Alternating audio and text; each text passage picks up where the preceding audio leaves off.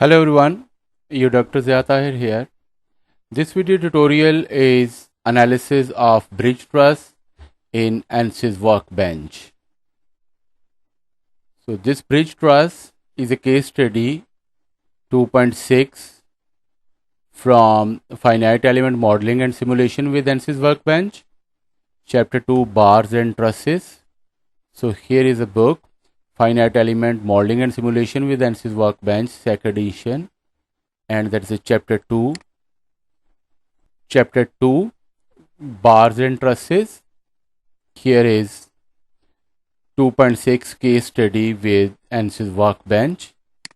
So that is a question. So problem description is a planar truss shown in the figure constructed from wooden timber which can be used in parallel to form bridges. The material of member is a Douglas fir with modulus of elasticity 13.1 gigapascal, Poisson's ratio 0.29. The cross section of the member is rectangular with height 6 cm and width as 6 cm. So required is deflection at each joint of truss and support reaction under given loading condition. So these type of bridge truss are very common in small bridges, and historically they are used for small canals like as here.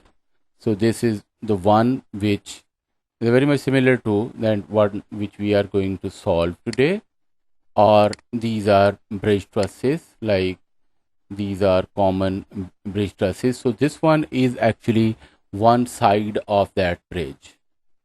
Highlights of this video tutorial: steps for analysis of bridge truss. So project, need to start project, add engineering data, then create geometry in DesignModeler, and then using model, so need to mesh and then apply boundary condition, apply loads, and then in the solution need to add deformation and force reaction, and then solve, and then to visualize the results. First step is to start a project, and project for bridge truss under static loading condition is a static structural project, and need to save project as bridge truss. So that is the first you need to save project. So here I have ANSYS Workbench. So this ANSYS Workbench, it is a standard layout of ANSYS Workbench. So if you want to reset it, so then in the view you can reset workspace, you can reset layout, and then if you want to add anything from here, so you can also add. So here is static structural. Double click on static structural, and then you can see in the project schematic, so there is a static structural project. So I'm going to save it. Folder, I saved it as bridge truss 2D, so that project is being saved. Here you can see now it's a project bridge truss 2D, and then everything you're going to do, so that will be saved in the folder where you want. Next step is in engineering data, need to add material. So here, that is the first step you already done, and now engineering data, double click on engineering data and a new window will open, and so you can have here, click here to add new material. So default material in ANSYS Workbench is static structural, so I am going to name it as wood, and then so there you can see there's a question mark here, so I'll drag that isotropic elasticity here, and then Young's modulus, because I am using it is 13.1 gigapascal, so 13.1 e raised power 9, and then Poisson's ratio is 0.29, so that is given in the description here, like E is 13.1 gigapascal and Poisson's ratio is 0.29. So that is material being added. So I'm going to save it. Once it's saved, so then you can simply close that window of engineering data. and now you can see that there's a tick here. So engineering data you have added. Is a third step, geometry. Need to set analysis type, basic geometry options, and then what is the analysis type. So for this one, need to click on geometry, and then you must have their properties.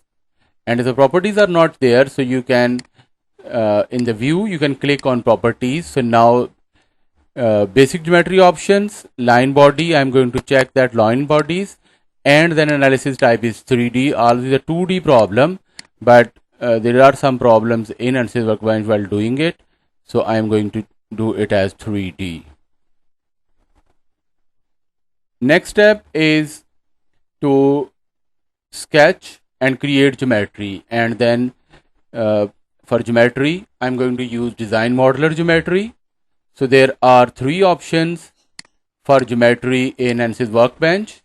So you can import a geometry from a third-party software. You can use DesignModeler, or you can use space claim geometry. So I'm going to use new DesignModeler geometry. So by clicking on it, so a new window will open. This is DesignModeler, a new window, and you need to select where in which plane you are going to draw. So if you're not going to select any plane, so it will draw in default as XY plane. So let's say I am going to draw it in XY plane. Line, you have 2 tabs here, sketching and then modeling. So click here, or otherwise you can leave it, and sketching. And before that, before sketching, you need to go to setting, and then you need to see grid, and then here major grid spacing, it's say 5 meter. So it depends like which unit you are going to use. So here are units, so you can change units. So for this case, like all members are 1 meter, so I prefer to use 1 meter grid size. So instead of 5 meter, I'm going to use 1, and then minor, so there is no need of it because I don't have to go into the decimals. And then here I'm going to check snap. So now by clicking that Z axis, so I can have here, so that is now I'm going to draw in XY plane.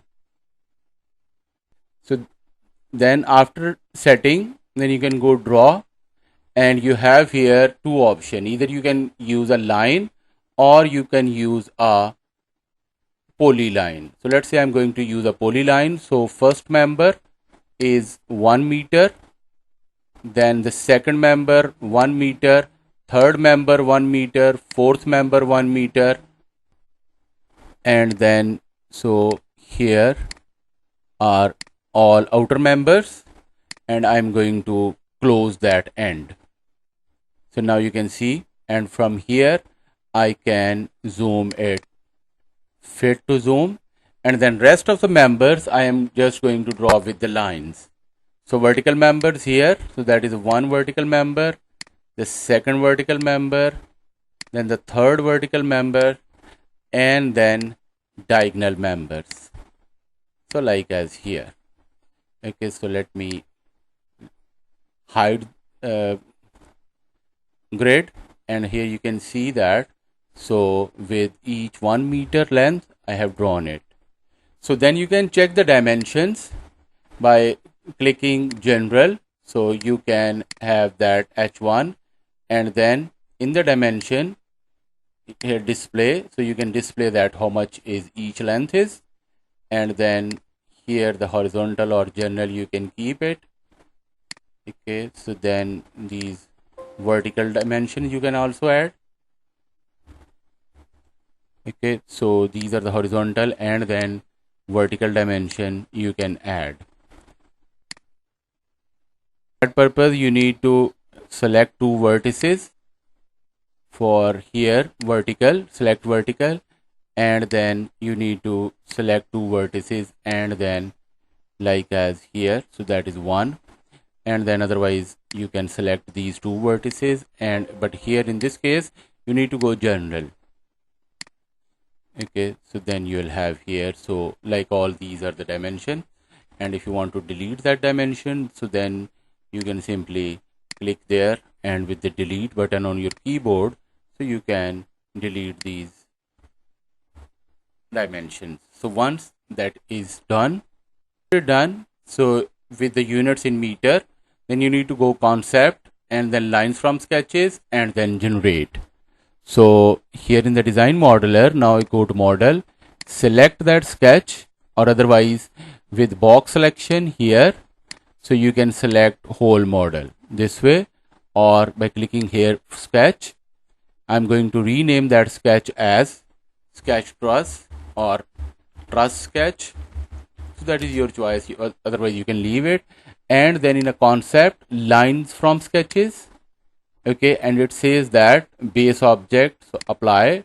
So here either I click here to apply, or I'll with the box select, I'll select that and then generate. So now here you can see I'm going to hide that, and then this truss is being generated. So next step is in concept, you need to add cross section, rectangular, and generate. But before that, I'm going to change unit in centimeter. So here units in centimeters now, and then concept, and here you have cross section, a rectangular cross section. So and you can see that default is a rectangular cross section, and I'm going to change it to 6 centimeter and then 6 centimeter.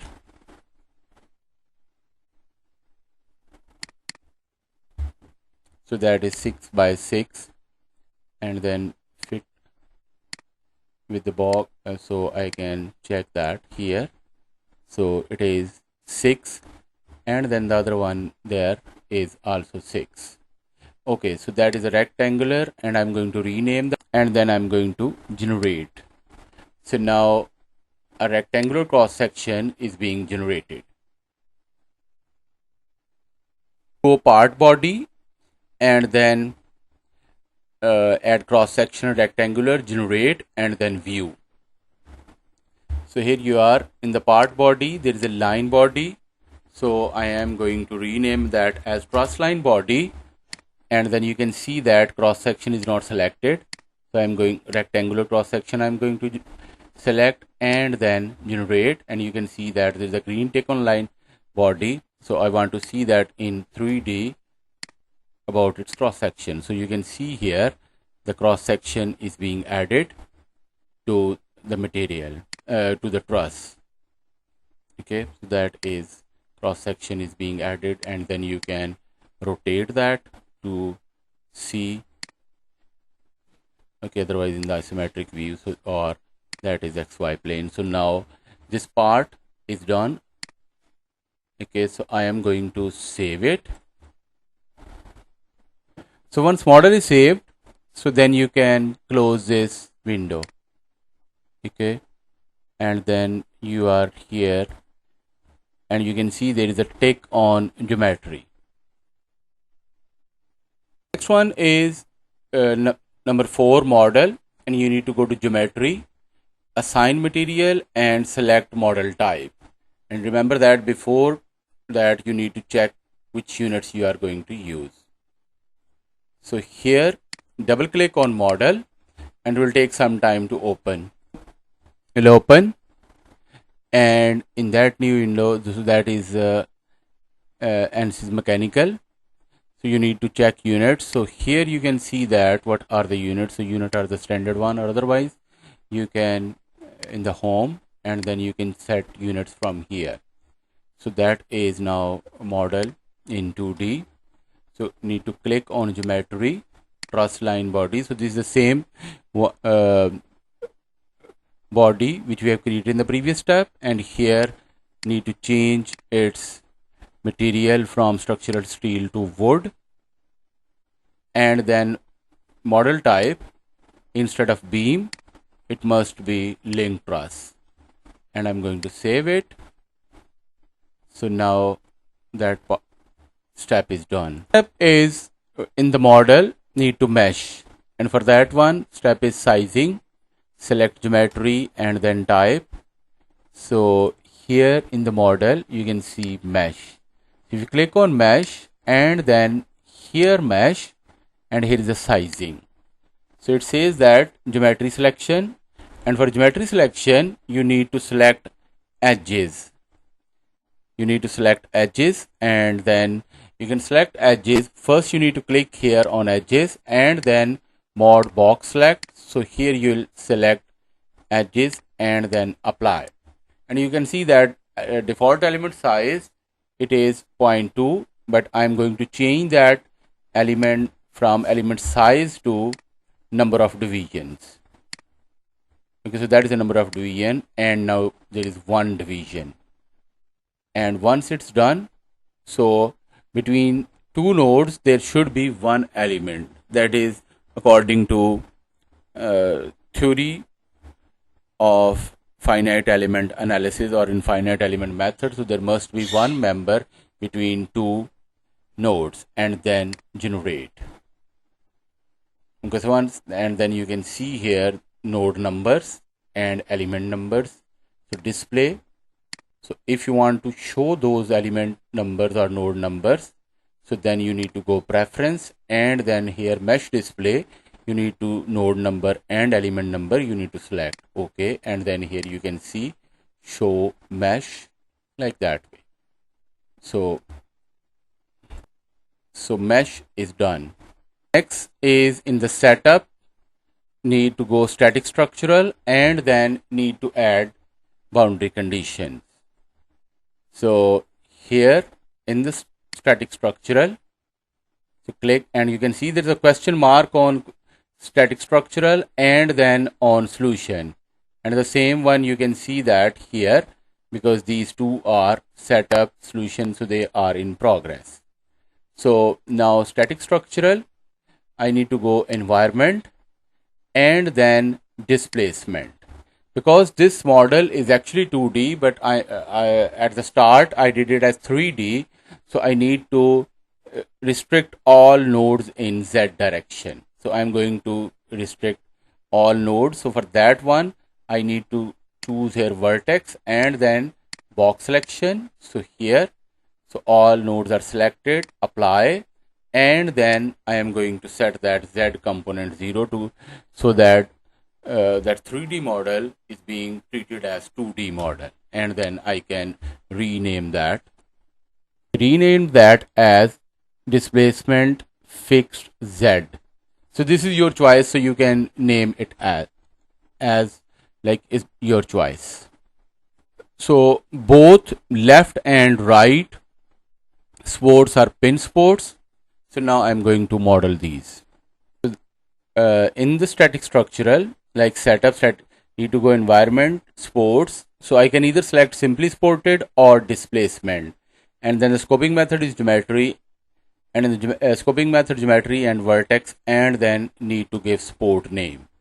So for this purpose, I'll click on static structural, go to environment, and then both sports are simple sport. So I'll select here simple sport, and then it says that scoping method geometry selection. So I'm going to select one vertex. So here is a vertex, and then either you can go like single step. So that is selected, apply. So that is simple sport. Okay, so I am going to rename that as simple sport left sport, and then the right I am going to use as displacement. So again, click here and then environment, displacement, and I am going to select this vertex, so apply. And because it's a simple sport, so both X and Y displacements, so they are 0. So Z is free because it's already being fixed. So now that displacement is sport is being applied here. I'm going to rename it. So I renamed that as displacement right sport. So simple sport can be applied as a simply sported or displacement like displacement, but if it is a roller sport, so then you have to use that displacement. So now both of these sports, you see that simply sported left sport and that is the right sport, so they are being applied to the model. Is to apply load, and for that again set up static structural, environment, load, force, and load name, scoping method, geometry, vertex, either you can go vector and then select its magnitude and then its direction. Three loads are being applied here, so I am going to apply this load as magnitude and direction. So for this purpose, I select static structural, environment, and then here you will have force. So there is a force. I am going to rename that as force 1, and then geometry selection. So that is on this node, apply, and then it says that defined by vector and its magnitude. Magnitude is 30 kilonewton. So magnitude 30 e power 3 kilonewton, and then its direction. So now direction is either defined by these. So if you click on direction, so then you can define direction in vertical or any of the horizontal. So I'm going to select this direction, and then this is downward. So by clicking here, I can change the direction, but that is appropriate direction, and I'm going to apply that. So that 30 kilonewton load is being applied there. Now the other one, I can go here again, force, and then geometry selection. So I am going to select here the middle node here, apply, but this time instead of vector, I am going for components. And then this is in vertical direction, so minus 30 kilonewton. So that is the second force. So I'm going to rename that as force 2, and then similarly I can add third force. This is applied as components. So now here you can see 1, 2, 3, 3 forces each of 30 kilonewton are being applied here. So force 1, 2, and 3. So force 1 applied here 30 kilonewton, force 2, force 3, all forces are being applied here, and then you can see that now the question mark is being converted to like it is in progress, and you can see all ticks here. You can apply force in terms of components or as magnitude and direction. So I have demonstrated both of these methods. Is to find deflection. So although deflection is required in either horizontal or in vertical direction, but I'm going to add their total deformation so that I can see that how it's going to deform. And deformation total and scoping method is geometry selection and all bodies, and then deformation directional scoping method is geometry selection, and the need to select orientation. For horizontal axis it must be X, and for vertical axis it must be Y. So here by clicking on solution, and then you can see here in the solution, so deformation, total deformation, so that is being added, and for that is all bodies. And then the next one is directional deformation, and for directional deformation it is x-axis, and it can be named as X. So directional deformation in X direction, and again directional deformation, but this time I am going for Y-axis, and I am going to rename that as directional deformation Y. So this is how you can add deflection to your solution. Next step is to find force reaction at both of the supports. So for that one, need to go to solution, then probe, force reaction, location method, and select a boundary condition, and then name of that boundary condition need to add. So here in the solution, so I'll go probe, and then here is a force reaction, and then force reaction I'm going to select here, it says the boundary condition, so that is simply support left, and then I am going to rename that force reaction at left support, and then again solution, and then probe, and then force reaction again, and this time I'm going to select right support, and then here you can see that it is right. So now deflection and support reactions, so they are being added to the solution. Is to solve. Next step is to solve, and it's very simple. So by clicking on solution, and then you can see solve. So first it turned green, and then finally once it is done, so you can see that green ticks there. So you can see that here green ticks. here are green ticks, and then the solution is done. So next step in the results, you need to check directional deformation and then export. So you can export that deformation as a text file. So here you can see that now you have solution. So that is the total deformation, and if you want to take the cross section on it, so then this way you can see that. So what is the total deformation, and that is the directional deformation, and directional deformation at each node. So you can either go to probe, and then you can here in the results need to go probe, and then with that probe button, so you can find that how much is the deflection at each joint, or otherwise you can export that as a text file. So export text file, so you can export it anywhere. So let's say I'm going to export it in my downloads folder, and then you can see here, so that is at each node and how much is the directional deformation. Okay, so that is the directional deformation at each node. Similarly, for directional deformation y, you can see that it is a minimum, maximum is 0, and then you can export that as a text file. So deformation in y, and then you can open that, like this is going to save there as a text file, and then here you can see that it is being directional deformation y. So directional deformation x was very low, as you can see here, directional deformation. So here it is 10 to the raised power minus 19, and here you have like minus 5. Okay, because the horizontal, so there are no loads being applied in the horizontal direction, so that's why deflections in horizontal direction are lower.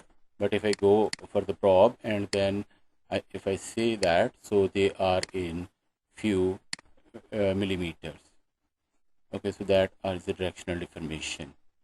Step is you need to see that force reaction, and that is simple here. So I will just force reaction, and then here you can see that, so force reaction on the left in x direction is 45 kilonewton, and in y direction is also 45 kilonewton, and similarly here you can see that in x is minus 45 kilonewton, and then in y is 45 kilonewton. So then this way you can calculate force reactions. So if you want to learn more about Truss analysis, so you can go to my playlist, and then you can find further videos or further videos with more solution in that playlist. So now the summary of this video tutorial.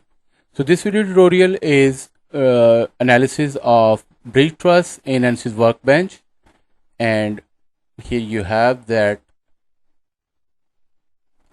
the first one, you need to start a project, static structural, and save project. Then in engineering data, you need to add material, and you need to add their modulus of elasticity and Poisson's ratio. Then in a geometry, you need to select basic geometry option, line bodies, and analysis type is 3D. Then you need to, this is your choice, you can import a geometry from third-party software, and then or you can use DesignModeler geometry or space claim geometry, and then these are the three sketch. First you need to sketch, then add cross section, and then you need to create a part or body. And then in a model, click to geometry, need to assign material, and then which type of model you are going to solve. And then for the mesh, I am going to use a sizing mesh and one element between two nodes. And in the setup, static structural, you need to add boundary conditions and then loads. And for boundary condition, need to go environment, support, simple support or displacement. Or for load, again environment, load, force.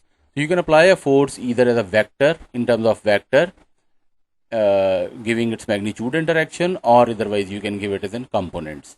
And then solution for directional deformation or deflection, so you can use scoping method, geometry selection, and then a particular direction. And for force reaction, you need to go probe, and then select force reaction, and then select a boundary condition, and then you can calculate force reaction and the solve, and then directional information, you can either use prob to find directional information, or you can export as a text file.